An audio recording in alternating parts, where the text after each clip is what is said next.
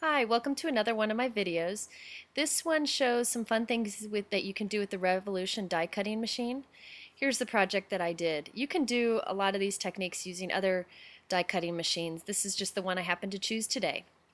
And sorry this is so bright. I had a setting wrong on my camera and I didn't realize it till later. What I'm starting with are some bright colors of cardstock that I found in my scrap drawer, some bigger scraps, I don't know why, but I'm cutting real thin pieces from it, all different widths in all the different colors.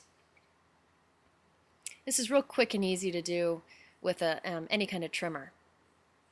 So now that I have a bunch of strips cut, I'm going to make the background that I'll glue the strips to.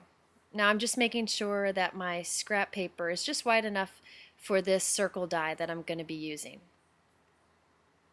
I'll show more about that later. Now I'm just covering that piece of paper completely with adhesive. I just happened to grab this adhesive that covers thoroughly, and I'm going to take all my thin scraps and adhere it to cover this whole green piece. This green could be anything because it's going to be covered completely. It could be any kind of color or paper. So you can see a close-up. I'm just lining them up real good, right up against each other. I like to mix up the sizes and colors so you can get a variety, just a random feel. This is a great technique to do with scraps that you have, and you can do a ton of different shapes. You can use punches, you can use anything for this. Now I'm just going back and adding some more adhesive for the top of the green. Now these are my dies for my Revolution. I keep them tied together like that so they don't get separated. I used to keep them in a Ziploc bag, but I don't know, that never worked. So here I just have them tied together. So this is magnetic, and so these little circles just kind of stick right onto that the plate there. So I'm just laying all the circles out. I want to cut a bunch of circles at once. And I'm going to take my paper and put it face down onto this panel or this plate. Now this is the border plate. It's 12 inches, so you can cut borders, but I like to use it for everything because you can cut more things at once. So I'm just putting the clear plate on top of it. And now I'm just going to work it in. And as you go through, it will cut, and you'll be able to see the circles cut through. They have lots of different kinds of dies. They have alphabets, different shapes, all kinds of things, even scallop circles. I really love these circles because it's a fun way to cut circles and rings all at once. So now you can see I have these little striped circles. Now I'm going to keep that scrap paper also for later. Now I'm not going to use all of these circles and rings, so I'll just save some of them and I'll make a card with them later. I like to save little pieces for cards for future projects. Now I'm going to tie all of mine back up with just a scrap piece of ribbon. Now I wanted to add a little definition to the edge of these circles, so I'm just inking them. I used to rub the ink pad directly onto the edge, but I find this so much easier to do using the inking tool from Ranger. It's a foam applicator, and the black ink. I have one that's dedicated for black ink, and it gives real nice even tone. And then you can see how the applicator is real easy here for getting in these little hard to reach places. Be too hard to get an ink pad in there. Now I'm going to use these scrap paper where the circles were cut from, and I'm going to use them kind of as a mask.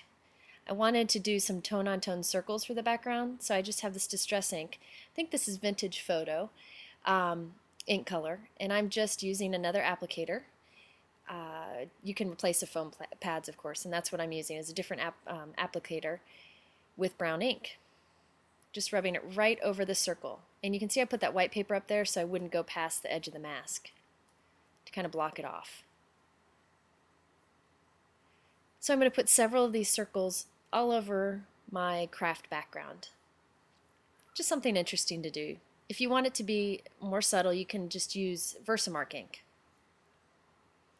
So I've printed these pictures in different sizes, and I'm laying my circle die right over it and putting it in there carefully.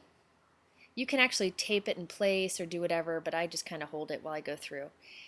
And this is a great way to get different circles from your photos.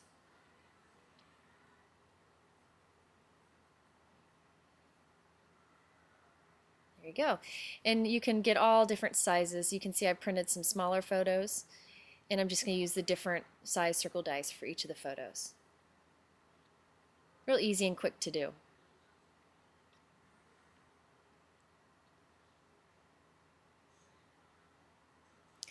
Now, I wanted to have a huge circle in the background, and I was too lazy to get out any of the other machines, so I just have this circle cutter. I think it might be a Quickutz. It's an old one, but it comes in handy quite often. If you don't have one, you can just trace a paper plate or a bowl or something like that. It doesn't take much time to do it all.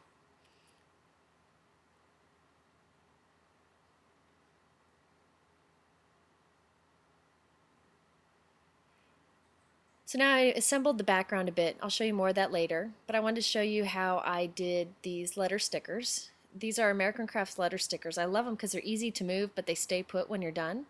So I did the last word first, brightener, and then I did my all the way on the other end, and then I put the middle word in between. Now after I put this down, I didn't like how big the spacing was between the words. And so I decided to move them. But if you're real careful, you can move things pretty easily, especially the American Craft ones, because they're really good quality, so you don't have to worry about tearing them or ruining them. They'll hold up pretty good for fixing mistakes like I often do. So here you can see the project. I put some of the circles, the paper scrap circles and some of the photo circles on with pop dots, and some of them I just adhered normally. So you get a lot of dimension with it. And these are some Hero Arts gems. I wanted to kind of add some brightness to this to go with the title. So these little gems do the trick. And they come all adhered together in a strip, so I'm tearing off 3 at a time. Just pull off 3 little circles and little gems and adhere them in 3 different places on the layout. I like to do things in odd numbers, so 3 in a row is perfect. Then I felt some stars were necessary for some reason, so I grabbed some stars but decided to ink them up to match the circles on my background. The ink applicator is perfect for doing just this. So now you can see the finished project. Lots of fun things going on there, but a great way to use up your scraps. So thanks for watching another video, and be sure to stop back by soon.